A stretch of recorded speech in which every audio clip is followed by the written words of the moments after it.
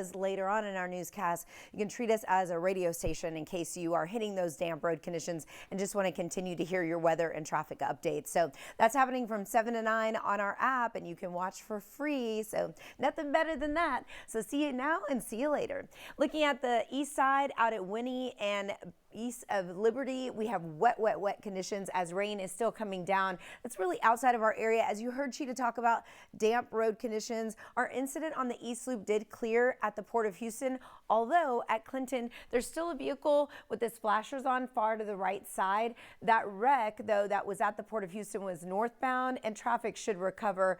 As of right now, it looks like it already has. As you can see, TransStar readjusting the camera shot there as the incident did clear off of our screen. I'm going to move along to show you what it looks like in downtown Houston. We have construction along with damp roads, so a little bit of traffic already stacking up at 45 and I-10. This is where you should be off of your cell phones, paying close attention, not jumping in at the last second. Get in line. Know that it's just a long line as you make your way from 45 to I-10. Drive times still look on the short side, so Sugar Land 20 minutes inbound. Alona Jacob, see you back in a few minutes with traffic impact here.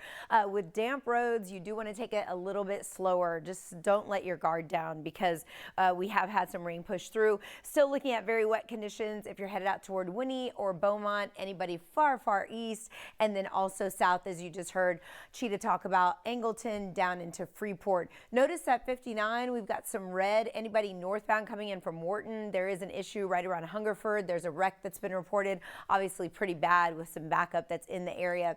But here in town, the North Loop is beginning to build. We also have an HOV lane problem if you're coming in from Fort Bend. Let me show you our picture. Not a huge deal, but I have seen traffic sort of stack up. As you see, that bigger Metro bus will get through, so other vehicles obviously going to be easy to squeeze by, but I have seen some vehicles pile up as they approach the scene, which is what you should be doing, slowing down because there are police and emergency crews there. No major backup up the Southwest Freeway, but we do have some backup on the North Loop. This is westbound at Fulton. We're normally crowded from the Hardy to 45, so we are beginning to see the general backup of traffic begin to hit. Also down the road at Airline, this stalled truck far to the right side, but peeking out in that far right lane just a little bit. So you do want to be aware at Airline that we've got a heavy truck issue that's stalled. And then West Loop southbound Feeder Road, a crash is working right here at Bel Air, looking from our furnace camera. No backup in the area, but just FYI. Pearland, 13 minutes in from 518. We'll take that short drive time for sure. Thank you, Cheetah, for staying on top of it. Hey, maybe I can set you off in a good mood. From Friday compared to today, I've seen those gas prices decrease just a little bit. The national average now $4.52. I'm also keeping my eye on the Texas average for you. It's $4.03, which is about 5 cents less compared to Friday morning when we talked about it.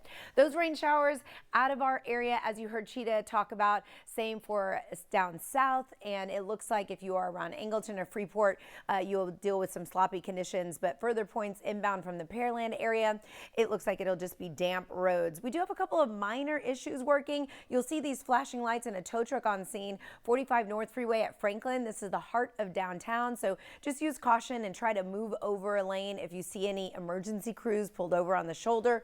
East Tex Freeway, it's a two-car crash northbound at Aldine Bender, so if you're making your way north to IAH, you will notice that there are no emergency crews on scene just yet, and if they do arrive, we could possibly be talking about more lanes that are blocked. So those are the two minor problems that I see. Galveston County, good morning. It's a shot at Lewis Lane, light traffic and looking good in from the south side. Text your photos and videos, but you can also treat us like a radio station. If you are leaving a little bit later, we stream from 7 to 9 a.m. latest weather and traffic, so you can keep us in your car while your eyes are on the roads. Download on your phone and watch for free. So just know you have options. We are happy to help. Right now we are seeing delays near Hobby, also downtown traffic. Katy, notice there's outbound delays approaching Addicts. That's going to be just outside of the Beltway due to a crash that has been reported.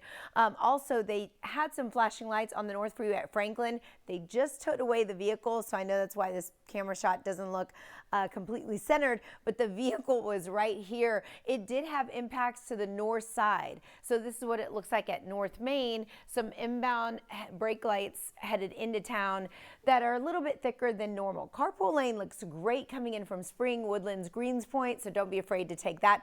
I do have another camera shot for you. It is the Katy Freeway at Kirkwood. And notice these are outbound drivers, so slower than normal, and we also have inbound congestion. So it's going to be both sides of the Katy Freeway right now, just outside of the Beltway, that are a little slow, which you can see lit up on our green map where it's the yellow and orange. 29-minute drive time for the drive in from Katy, so not too bad overall. We'll of course see that doubled about an hour from now. Over to you.